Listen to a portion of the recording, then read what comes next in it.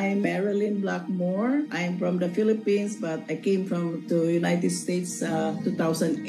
I married an American, and I'm 58 years old. I live here in Ohio, Cincinnati, Ohio. I'm still working right now, but just part-time in a facility, just like nursing assistant. I'm diabetic. When I had my mammogram, they emailed to me that I need another mammogram. So when I came back after 3 weeks, I went to have another mammogram, but still they could see the abnormality there. So the doctor advised for biopsy. I was crying the whole day, even I was in the Philippines, but I'm a fighter. I said, my God, is this the end?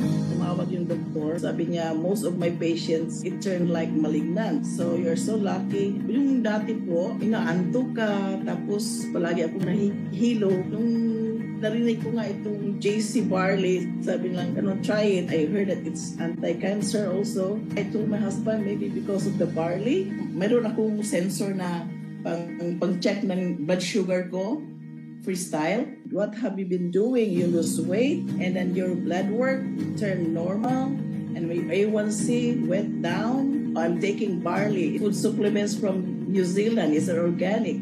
Instead of every 3 months na magkikita tayo, sabi niya, I want you to come here 4 to 5 months and bring the box for the JC Premier Organic Barley. So nag-try po ako. Ang pakiramdam ko po, naging active po ako, hindi na ako antukin. Sa work po, sabi lang, Marilyn, are you okay? Kasi minsan naantok talaga ako, ma'am, yung mga 9 o'clock at 10 o'clock. Sa mga kababayan ko, mga Bisaya, ang barley maayos atong lawas. Believe lang sa kuha. Kada user yun ko sa JC Barley. Maayo jud siya. Katabang kay sa tuwa, kay daghan kay mga sa atong mga gibati karon. Barley para na ako makatabang jud.